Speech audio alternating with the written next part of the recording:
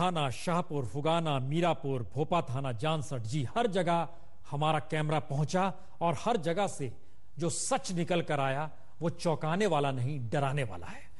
और हमारे साथ हम बताएं कि हम दरअसल इस ऑपरेशन के अलग अलग हिस्सों को लगातार और भी दिखाएंगे, क्योंकि 3-4 हिस्से अभी भी बचे हुए हैं। लेकिन हमारे साथ इस वक्त कांग्रेस के नेता अखिलेश प्रताप जुड़ चुके हैं।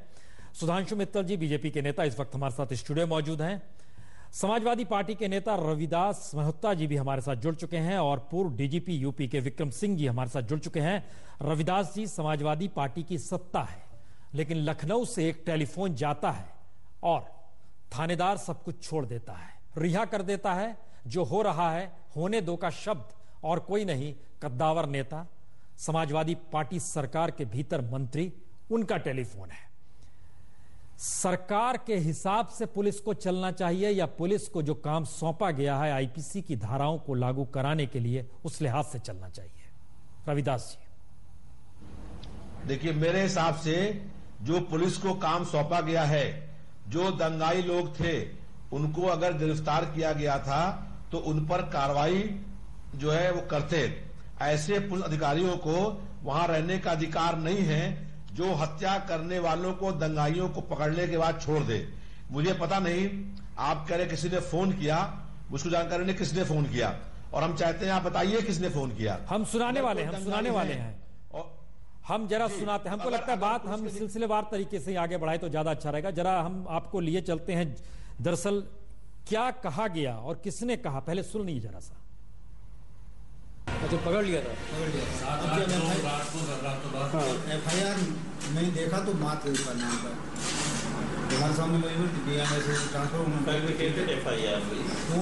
अच्छा फिर छोड़ दिया। उन्होंने कह दिया भाई ठीक है, जब नहीं FIR उनको बैठाएंगे, डिटेन करेंगे। सही बात भी सही क्यों भाई, नामजद FIR है और उसमें वो है ही नहीं है, तो क्यों उनको बैठाया है? वो जो 7-8 आदमी पकड़े थे फिर थाने लाए थे वहीं से? नहीं, थाने लाए थे, बातचीत की, उनसे भी बातचीत तो उस समय तो सब कहते थे हम वहाँ नहीं थे, हम फलन जगह, लेकिन थे सब। बाद में छोड़ दिया उनको। ये घटना कब की हुई है? पकड़ा कितने बजे होगा, गिरफ्तार कितने बजे किया होगा? घटना तो यही आपकी 2 बजे की थी। 2 बजे की घटना। नहीं, गिरफ्तारी कितने बजे हुई थी? वो जो आप कह रहे थे पकड़ के लाए थे? 4-4:30 बजे के आसपास, जैसे ही डेड बॉडी वहाँ से उठ गई। और उनको छोड़ा कब? डेड बॉडी जैसे उठ गई थी, लेट नाइट में छोड़ दिया था। फिर जब ये आदेश होकर आ गए तो DM के ट्रांसफर के बाद जितने अक्यूज को आपने पकड़ा था वो वास्तव में थे? देखो ऐसा है, हम कैसे करें, देखने वाले जब वो आई विटनेस दे रही कि मौके पे थे, हम तो सस्पेक्टेड थे, प्राइम सस्पेक्ट। तो वही मेजर मिस्टेक हुई और वो मैसेज मेरे ख्याल दूसरी कम्युनिटी में चला गया। ये तो मतलब विभाग है, मतलब पूरे देश का इस सिस्टम का, उन्होंने जैसे ही कोई घटना होती है नेता तुरंत आके उस पर बैठ के कि नहीं को ना।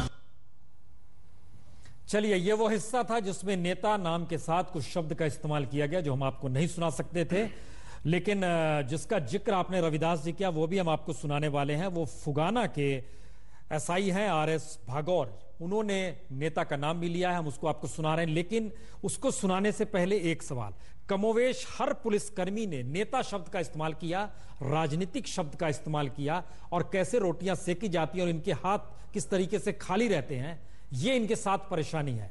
अब आप बताइए, सत्ता का मतलब क्या होता है? देखिए, हमारा मानना यह है कि जिन लोगों ने सांप्रदायिक हिंसा और दंगा कराए, बेगुनाह लोगों का खून बहाया, हत्याएं करी, जितना वो लोग दोषी हैं उतने दोषी वो आदमी भी है जो हत्यारों को बचाने का काम करता है। जिन लोगों ने दंगा भड़काया, हत्याएं कराई, जिनके हाथ रंगे हुए बेगुनाह लोगों खून से, अगर उनको कोई बचाने का काम करता है तो वो भी अपराधी है। इसलिए हमारा ये आपसे, आपके माध्यम से अनुरोध है कि जिन लोगों ने, अगर अधिकारी पुलिस के हैं तो उनकी ड्यूटी है कि जिन लोगों ने दंगा किया है उनको वो गिरफ्तार करें। ऐसे पुलिस अधिकारी को नौकरी करने का अधिकार नहीं है जो दंगाइयों को पकड़ने के बाद छोड़ दे। ऐसे लोगों को नौकरी का अधिकार नहीं है जिन लोगों ने हत्या करी है, जिन लोगों के मासूम, निर्दोष और जो बेगुनाह लोग हैं, जिनके हाथ रंगे हुए हैं उन खून से, उनको पकड़ने के बाद छोड़ने का कोई प्रश्न नहीं उठता है। और हमारा ये मानना है कि जिन लोगों ने दंगा कराया है उन पर कार्रवाई हो, उनको गिरफ्तारी हो और हत्या के अभियोग में उनकी अरेस्टिंग हो जिन लोगों ने दंगा कराने का काम किया है। रविदास जी एक मिनट रविदास जी, आपको ये पता है ना कि जब कोई मंत्री बनता है तो संविधान की शपथ लेता है? बिल्कुल पता है। और ये आपको पता है कि पुलिस वाले का काम या किसी भी आईएएस का काम क्या होता है? आईपीसी की धाराओं को लागू कराना, सीआरपीसी को लागू करवाना, ठीक है जी, ठीक है ना जी। क्योंकि आपने तकरीबन 3.5 मिनट का वक्त लिया, लेकिन एक बार भी ये नहीं कहा कि सरकार अपराधी है। आपने एक बार भी नहीं किया जिस जनता ने सरकार को चुनकर भेजा है। नहीं, हम एक मिनट हम पहले सुनाने वाले हैं। अरे जनाब आप बैठे रहिए, हम आपको सुनाते हैं जरा क्या कहा गया है। आरएस भागवत साहब फुगाना के, जरा सुनिए इनकी बात पहले। आपने कितनी कैजुअलिटी है? 16 है मेरे ख्याल में।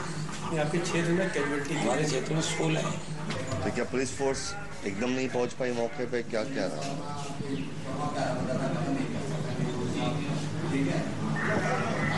पुलिस मौके पहुंच गई थी, लेकिन पुलिस कम थी पुलिस। कितने लोग? उस समय जनपद की क्या स्थिति थी हम नहीं जानते। जब हमारे थाना क्षेत्र में ये काम शुरू हुआ तो दूसरे थाना क्षेत्रों में भी काम शुरू हो गया। अब हमें ये नहीं पता कि दूसरे थाना क्षेत्र में क्या हो रहा है या जनपद में क्या हो रहा है।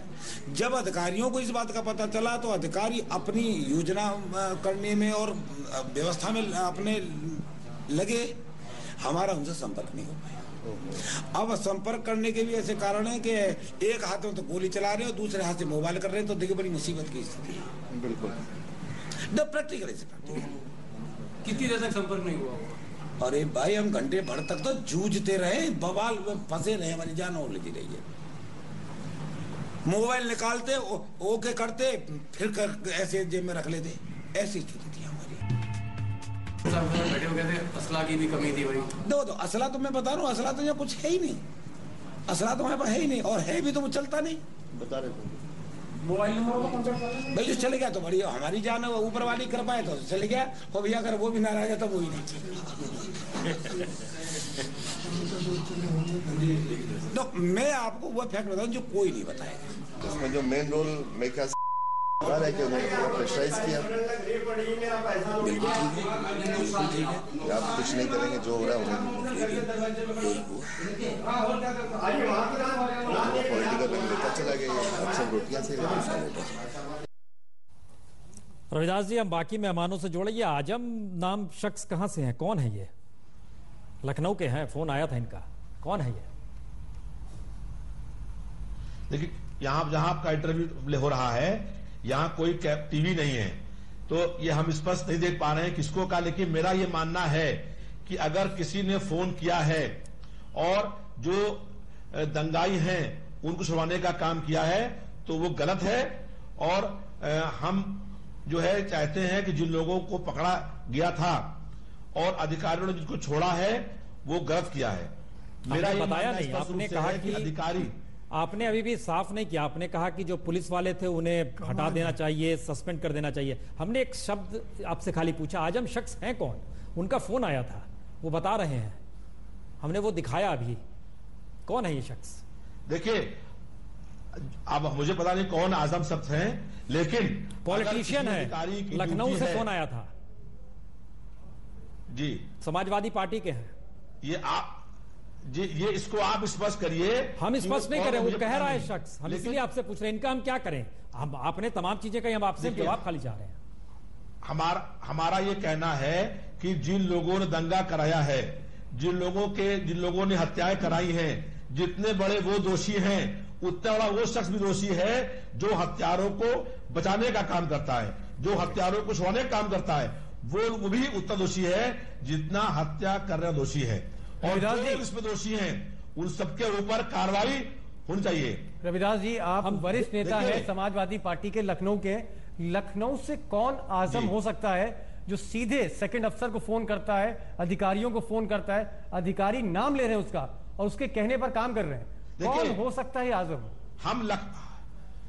हम लखनऊ के किसी आजम को नहीं जानते हैं।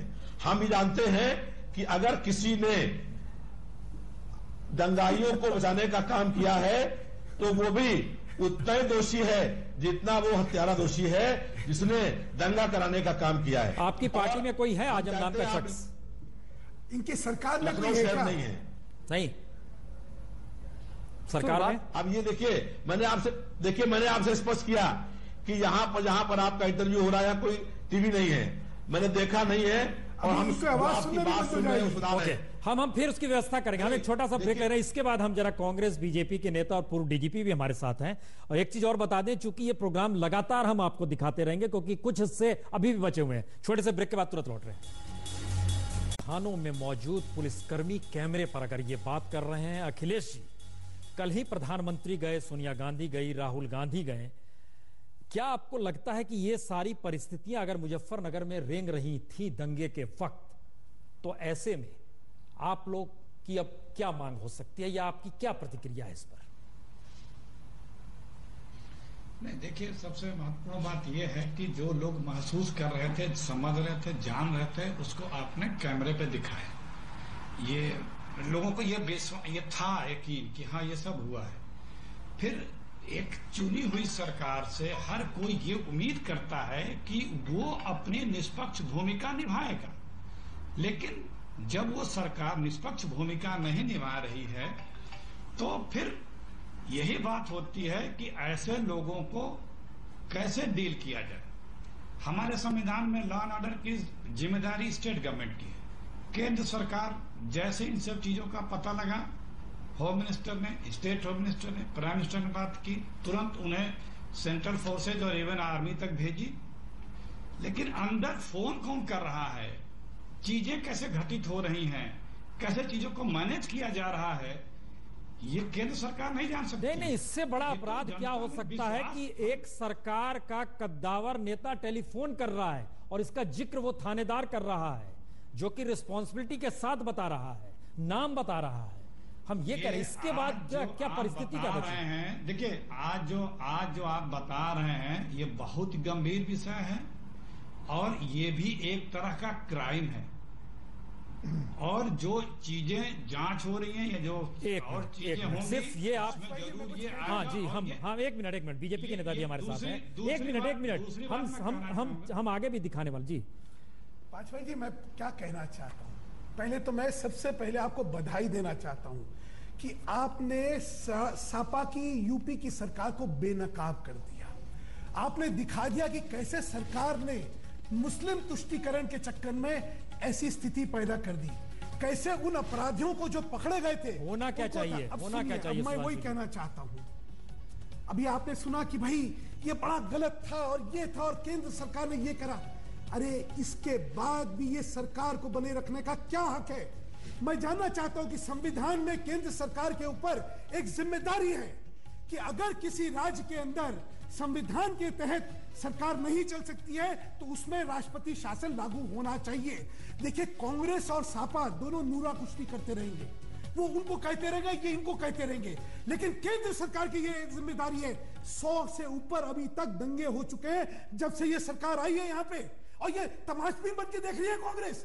क्यों नहीं इनको बर्खास्त करती? और आज के बाद जब सारे अफसरों ने आपको बता दिया, आजम खान का फोन गया था, मुसलमानों को छुड़वाया, और उसी के बाद ये 27 की बात है, 27 के बाद यहाँ पे दंगे भड़के। क्यों? क्योंकि जब इतना अन्याय आप जाटों पे करेंगे तो क्या होने वाला है वहां पे? इसके बाद ये तमाशबीन बने हुए हैं। हम इस पे आते हैं। ये देखिए, ये बहुत महत्वपूर्ण, ये को फौरन बर्खास्त कर। सुधांशु जी, ये बेहद संवेदनशील मामला। एक तरफ सरकार को बहुमत और दूसरी तरफ सरकार ही अपनी राजनीतिक हित साधने के लिए दंगों की आग और फैला रही है। और इन सब के बीच पुलिस क्या करे? हमारे साथ चूंकि पूर्व डीजीपी भी हैं, विक्रम सिंह जी जुड़े हुए हैं। सवाल है, कोई योजना, कोई ट्रेनिंग, असला नहीं। ये स्थिति में ये देश जी रहा है। हम एक छोटे से ब्रेक के बाद लौट रहे हैं क्योंकि ये स्थिति, इस स्टिंग ऑपरेशन के जरिए जो हम ऑपरेशन आपको दिखा रहे हैं, कुछ थाना क्षेत्र और हैं जो डराते हैं इस देश में सरकारें ऐसा काम करती है। हम SHO थे जिन्होंने सच बोला, अभी लाइव लाइन हाजिर हुए। देखिए, ब्रेकिंग न्यूज आ रही है। चलिए, उसको लाइन हाजिर कर लिया गया। तुरंत ये खबर भी आ गई है फुगाना के SHO को लाइन हाजिर नहीं करेंगे। वो फुगाना के SHO को तुरंत लाइन हाजिर कर लिया गया। तुरंत ब्रेक के बाद तुरंत लौट।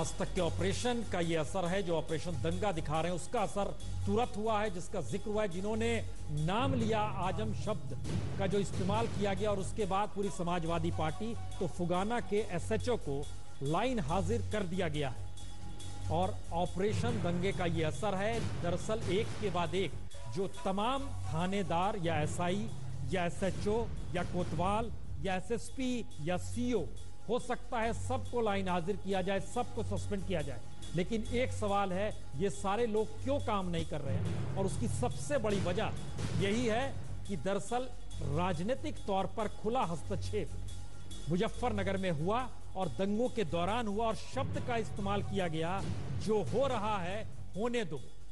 ये स्थिति रही दंगों के दौरान मुजफ्फरनगर में, जहां पर लोग भाग रहे थे, घर छोड़कर भाग रहे थे, और उन सब के बीच कत्लेआम मचा हुआ था, सभाएं हो रही थी, महापंचायत भी हो रही थी, और दूसरी तरफ मस्जिद से बाहर लोग नमाज पढ़ के जब निकल रहे थे तो वह भी धारा 144 लगी होने के बावजूद हजारों हजार की तादाद में लहराए जा रहे थे हथियार हवा में।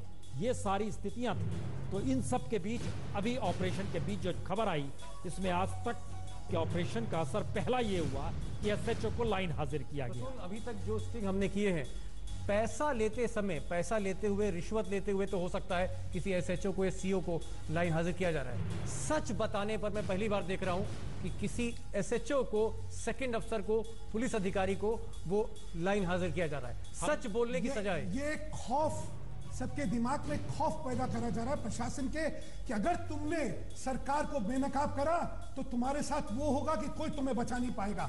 भाजपा ने आज तक जो कहा वो सत्य सामने हो गया। हमने क्या कहा था? हमने कहा था दंगे जानबूझ के करवाए गए। हम ये कह रहे थे कि इनके शहर में ये दंगे हुए, मुसलमानों के खिलाफ कार्रवाई ना करने की सख्त हिदायत दी गई थी, और आज आपने जो सत्य सामने उजागर कर दिया, इससे देश के सामने पूरी सरकार जो है वो उसने शर्मसार कर दिया राजनीति को। ऐसी सरकार को फौरन बर्खास्त करना चाहिए। केंद्र सरकार अपनी जिम्मेदारी से भाग जाएगी अगर वो इस सरकार को 1 घंटे भी चलने देगी। और हम बता दें दर्शकों को कि दरअसल हम लगातार जिस स्टिंग ऑपरेशन को दिखा रहे हैं, वो कैमरे पर एक के बाद एक थाना क्षेत्र के जो पुलिस अधिकारी हैं, एसएचओ हैं, कोतवाल हैं, सभी ने इस बात का जिक्र किया है कि किस तरीके से राजनीतिक तौर पर हस्तक्षेप होता रहा है, और हस्तक्षेप का ये असर है कि दरअसल वो कुछ नहीं कर पाए। इतना ही नहीं, पुलिस वालों ने यह भी कहा कि कोई जानकारी नहीं आ रही थी, जानकारी आ रही थी तो कोई बात नहीं हो पा रही थी। लेकिन ये बड़ा मुश्किल सवाल है कि जब ऊपरी तौर से अपने अधिकारियों से बातचीत नहीं हो पा रही थी, लेकिन लखनऊ से टेलीफोन आता है और उसके बाद बाकायदा निर्देश दिए जाते हैं, और उस निर्देश के अनुसार काम करना पड़ता है।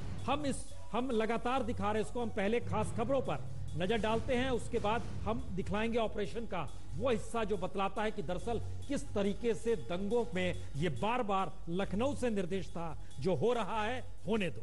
पहले खास खबरें। केश किंग आयुर्वेदिक तेल, अब है प्रॉब्लम चांस ही नहीं। पेश करते हैं बड़ी खबरें।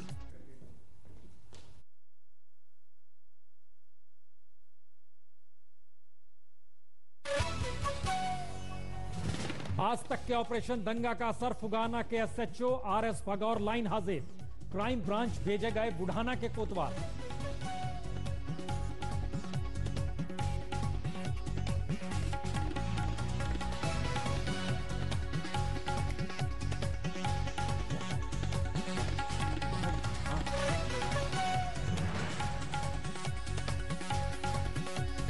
सबसे बड़ा खुलासा, मुजफ्फरनगर के मुजरिम हुए बेनकाब, कैमरे पर पुलिस वालों ने खोला हिंसा का पूरा सच।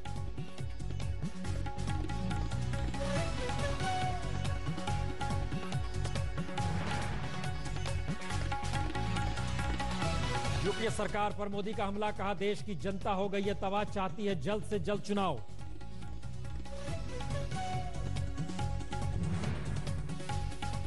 राहुल गांधी ने कांग्रेस के सपने को बताया बीजेपी से बेहतर, बोले सिर्फ भाषण से नहीं होता विकास, हमें है देश के गरीबों की चिंता।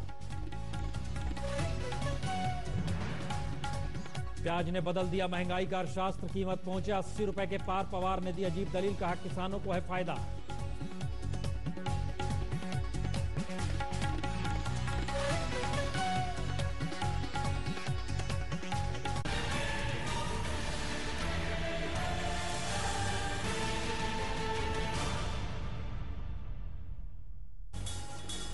ऑपरेशन दंगा हम दिखा रहे हैं और असर यह हो रहा है कि जिसने भी राजनेताओं का नाम लिया या कहा कि राजनीतिक तौर पर हस्तक्षेप हुआ, उनका या तो तबादला किया जा रहा है या फिर उन्हें लाइन हाजिर किया जा रहा है।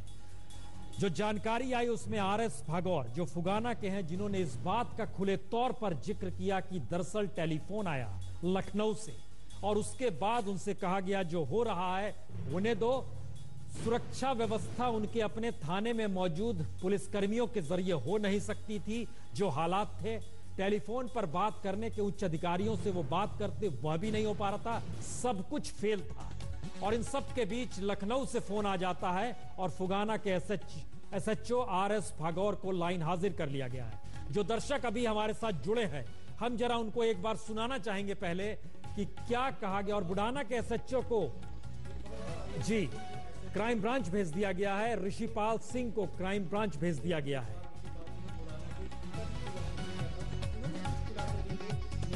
में कहा था इनको भी क्राइम ब्रांच भेज दिया। सच बोलने बहुत का ही अप्रत्याशित फैसले हैं। नहीं, सच बोलने क्या नतीजा क्या निकल रहा है ये आप देख रहे हैं। ये सरकार सत्य के प्रति कितनी वचनबद्ध है, कितनी कटिबद्ध है, वो दिख रहा है। जो सच बोलेगा उसको कुचल दिया जाएगा। उसके बाद भी केंद्र सरकार चुप रहेगी।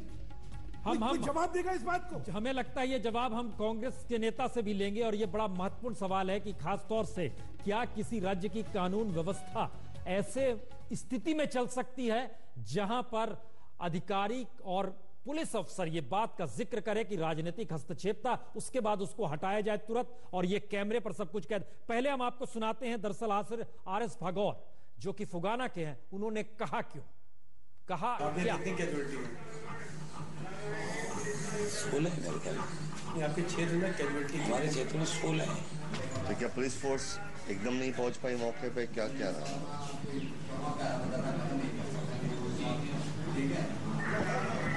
पुलिस मौके पहुंच गई थी लेकिन पुलिस कम थी पुलिस। कितने लोग उस समय जनपद की क्या स्थिति थी हम नहीं जानते। जब हमारे थाना क्षेत्र में ये काम शुरू हुआ तो दूसरे थाना क्षेत्रों में भी काम शुरू हो गया। अब हमें ये नहीं पता कि दूसरे थाना क्षेत्र में क्या हो रहा है या जनपद में क्या हो रहा है। जब अधिकारियों को इस बात का पता चला तो अधिकारी अपनी योजना करने में और व्यवस्था में अपने लगे, हमारा उनसे संपर्क नहीं हो पाया। अब संपर्क करने के भी ऐसे कारण है कि एक हाथ में तो गोली चला रहे हो, दूसरे हाथ से मोबाइल कर रहे हैं, तो देखिए बड़ी मुसीबत की स्थिति है। बिल्कुल प्रैक्टिकल कितनी देर तक संपर्क नहीं हुआ? अरे भाई हम घंटे भर तक तो जूझते रहे, बवाल में फंसे रहे, हमारी जान और लगी रही है। मोबाइल निकालते ओके करते फिर ऐसे जेब में रख लेते, ऐसी स्थिति थी हमारी। बैठे हो गए, असला की भी कमी थी भाई। दो असला तो मैं बता रहा हूँ, असला तो यहाँ कुछ है ही नहीं, असला तो हमारे पास है ही नहीं, और है भी तो वो चलता नहीं। बता रहे थे मोबाइल नंबर भाई जो चले गया तो बढ़िया, हमारी जान ऊपर वाली कृपा है तो चले गया, और भैया अगर वो भी ना रह गया तो वो ही नहीं। तो मैं आपको वो फैक्ट बताऊं जो कोई नहीं बताएगा। उसमें जो मेन रोल मेरे ख्याल से है कि उन्होंने प्रेशराइज किया। बिल्कुल ठीक है, बिल्कुल ठीक है। आप कुछ नहीं करेंगे, जो हो रहा है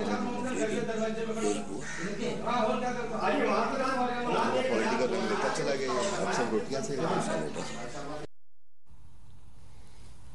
पूर्व डीजीपी हमारे साथ जुड़े हैं विक्रम सिंह जी। विक्रम सिंह जी, यह सिस्टम का कोलैप्स है, पुलिस बिल्कुल एक लिहाज से राजनीतिक तौर पर ही मौजूदगी है, ये स्थिति क्या बतलाती है? विक्रम सिंह जी, आपकी स्थिति की अगर समीक्षा की जाए, सबसे पहले रविदास मेहरोत्रा साहब ने एक बहुत अच्छी बात कही और उन्होंने स्वीकार किया कि जो दोषी हैं उनके खिलाफ कार्रवाई की जाए। ये ठीक है कि जो पुलिसकर्मी दोषी हैं उनके विरुद्ध कठोर कार्रवाई की जाए, लेकिन उनको जिन्होंने इंस्ट्रक्शंस दिए 120 बी आईपीसी और 332 आईपीसी के मुलजिम हैं, और जिन धाराओं में जो पुलिस अफसर दोषी है उससे दूना दोषी ये आजम साहब, और जिन लोगों ने फोन किया था वो सब दोषी हैं। उनके विरुद्ध एफआईआर पंजीकृत हो करके मैंने आपसे पहले भी परामर्श किया था कि सीबीआई से इसकी विवेचना कराएं, क्योंकि स्थानीय पुलिस उसके लिए सक्षम नहीं है और वो विवेचना के साथ न्याय नहीं कर पाएगी, सबसे पहले। दूसरी चीज, ऐसा नहीं है, दीपक शर्मा जी आपके बगल में है, उन्होंने देखा कि एक स्थान पर मैं एसएसपी था और ऐसे ही फोन आए थे। मैंने सिर्फ यही कहा था जो आपको कहना है लिख करके दीजिए, आपके कोई अनर्गल दबाव वाली बात यहां मानी नहीं जाएगी। 24 घंटे में मेरा तबादला हुआ और ऐसी जगह तबादला हुआ जहां बैठने के लिए कुर्सी या कोई कार्यालय नाम की चीज नहीं थी, लेकिन ये एक करियर में एक एक्सेप्टेबल एक रिस्क है। नहीं विक्रम सिंह जी, हम एक चीज जानना चाह रहे हैं। देखिए ये कार्यक्रम हमने 8 बजे से शुरू किया है, जिन जिनको दिखाया जा रहा है उनको तबादला हो गया, क्राइम ब्रांच किसी को भेज दिया, किसी को लाइन हाजिर कर लिया। इतनी रफ्तार होती है सत्ता के भीतर, लेकिन दंगे नहीं रुके क्योंकि वहां जो हो रहा है होने दो का शब्द इस्तेमाल किया गया। हम पूछ रहे हैं कि यूपी में पुलिस कानून व्यवस्था क्या वाकई लखनऊ के इशारे पर रहता है, या वहां पर जो पुलिसकर्मी तैनात होते हैं वो वाकई कोई निर्णय ले सकते हैं या नहीं ले सकते हैं? आपके पहले प्रश्न का उत्तर कि जो व्यवस्था यहां चल रही है वो पूरी राजधानी के संकेत के आधार पर चलती है। आपने जितनी तत्परता के साथ इन अधिकारियों को हटाया, अगर उसका शतांश, मैं आधा तिहाई नहीं, उसका शतांश दंगे में दिखाया होता तो दंगा नहीं होता, हत्याएं नहीं होती। लेकिन आपकी प्राथमिकता इस वक्त एक राजनीतिक समीकरण और एक राजनीतिक रोड मैप को प्रशस्त करना है, और उसके लिए आपने पूरी ताकत झोंक दी है। दंगा नियंत्रण आपकी प्राथमिकताओं में था नहीं, और जिसने दंगा नियंत्रण करने की कोशिश की उसको आपने एक ऐतिहासिक दंड दे करके ये स्पष्ट कर दिया कि जितना बताया जाए केवल उतना ही कीजिए। कानून के हिसाब से अगर आप चले तो इसके आपके और आपके करियर पे गंभीर परिणाम होंगे। विक्रम सिंह जी 7 लोगों को डबल मर्डर, जो 27 तारीख को हिंसा हुई थी कवाल में, 7 लोगों को मौके से पकड़ा गया। डीएम थे, एसएसपी थे, 4 घंटे बाद एसएसपी का तबादला हुआ, डीएम का तबादला हुआ, और वो 7 आरोपी जो थाने में थे उनको फिर रात में छोड़ दिया गया। ये कितना गंभीर आरोप है, कितना गंभीर अपराध है, क्योंकि ये जो खुलासा है ये एसडीएम सब डिविजनल मजिस्ट्रेट और सर्किल ऑफिसर ने किया है। 7 आदमी पकड़े गए डबल मर्डर में और रात में छोड़ दिए जाते हैं। दीपक जी, आपका क्राइम के ऊपर बहुत लंबा अनुभव, आप स्वयं जानते हैं इससे जघन्य अपराध और मिसडिमिनर हो नहीं सकता है कि इतने जघन्य अपराध में वांछित अभियुक्तों को आप लाएं और छोड़ दें। न केवल आपने एक अवैधानिक कृत्य किया बल्कि यह संदेश दिया कि आप कोई भी अपराध करें और अगर आपकी राजनीतिक पहुंच है तो आपका बाल बांका नहीं होगा। यह दोहरा संदेश गया। और उसके बाद आप अगर देखते हैं तो जिस प्रकार की आग लगी जनपद में, लोग बताते हैं कि इसके बाद आप प्रशासनिक अराजकता किसको कहेंगे? नहीं, इससे ज्यादा, इससे जो आपने दिखाया, मैं फिर कहना चाहता हूं, मैं मीडिया को पहली बार बधाई देना चाहता हूं कि अब निष्पक्ष होकर उन्होंने सत्य को उजागर करा, दिखाया कि कैसा घिनौना मजाक किया गया। बिल्कुल इस अराजक स्थिति पर ही आ रहे हैं, हम इसी पे आ रहे हैं। अखिलेश जी, केंद्र में कांग्रेस की सरकार है, उसकी कोई भूमिका नहीं? पूरी भूमिका है। एक संविधान के बारे में सबसे पहले मैं मुजस्सम कीजिएगा, प्रसन्न जी बहुत ज्ञानवर्धन कर रहे थे भाजपा के साथ ही, भूल जाते हैं जब अपना कुछ होता है या कुछ होता है। अखिलेश जी, हम आपकी लाइन ठीक करा रहे हैं, कुछ आपकी आवाज कट के आ रही है, हम एक छोटा सा ब्रेक ले रहे हैं, ये बताते नहीं, आपकी आवाज कट रही है, दर्शक सुन नहीं पा रहे हैं, इसलिए हम आपको काट रहे हैं। हम आपकी लाइन ठीक करा रहे हैं, छोटे से ब्रेक के बाद तुरंत लौट रहे हैं। हम ऑपरेशन दंगा दिखा रहे हैं और एक के बाद एक सरकार बहुत तेजी से सक्रिय हुई है। यह सक्रियता दंगे के दौरान नजर नहीं आई, लेकिन दंगे के दौरान भी एक तरह की सक्रियता थी जो राजनीतिक तौर पर हस्तक्षेप किया जा रहा था। जो हो रहा है होने दो, जिस तरीके से चल रहा है, तफ्तीश न कीजिए, छोड़ दीजिए, ट्रांसफर किए जा रहे, सब चीज हो रहा था, लेकिन दंगों पर नकेल कैसे कसी जाए यह नहीं था। बहरहाल इस ऑपरेशन का अगला हिस्सा मुजफ्फरनगर का मीरापुर थाना क्षेत्र सच्चाई आपको डरा देगी, सहमा देगी। इस थाने के हल्के में दंगाइयों ने मौत का जो खेल खेला वो वाकई खौफनाक भी है और दर्दनाक भी। मीरापुर थाने के अफसरों ने आज तक के खुफिया कैमरे पर कौन सा सच बताया, जरा खुद सुन लीजिए।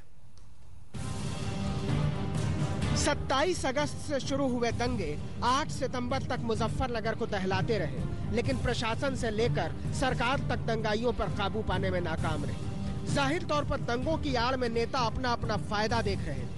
ये है मीरापुर थाने के SHO अनिरुद्ध कुमार गौतम। इनके हलके में भी दंगाइयों ने सड़कों पर मासूमों को मौत के घाट उतारा। और हैरत अंगेज बात यह है कि दंगाइयों पर कार्रवाई करने से पुलिस कतराती रही। गौतम मानते हैं कि DM SP को एक साथ हटाने की वजह से जिला प्रशासन नेतृत्व विहीन हो गया था। गौतम का कहना है कि समाजवादी पार्टी के कुछ नेता DM SP को कई दिनों से हटाने का दबाव बना रहे थे और उन्हें आखिरकार मौका मिल गया।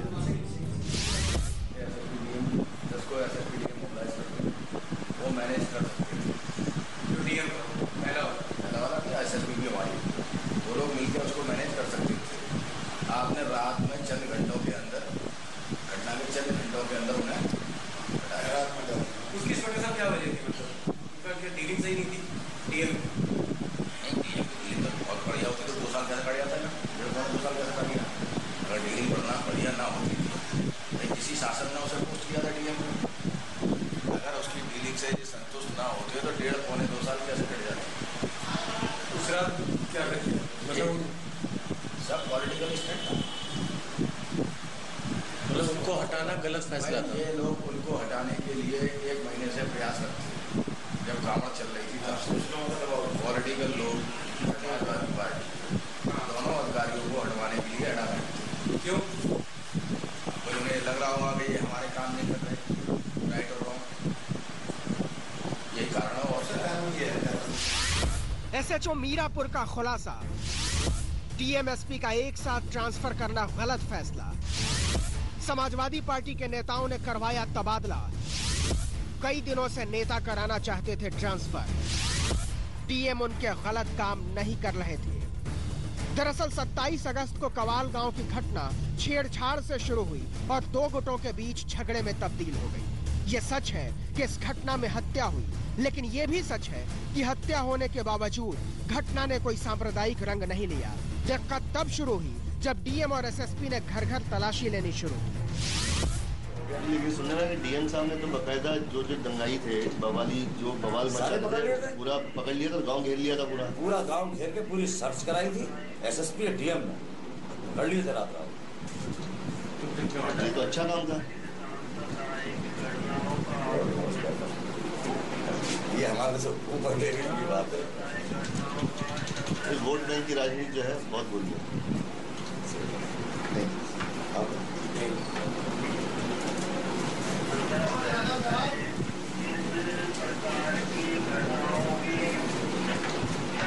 सही इनको अगर 2-3 दिन 4 दिन रुक कर क्या करते थोड़ा शांत हो जाता था।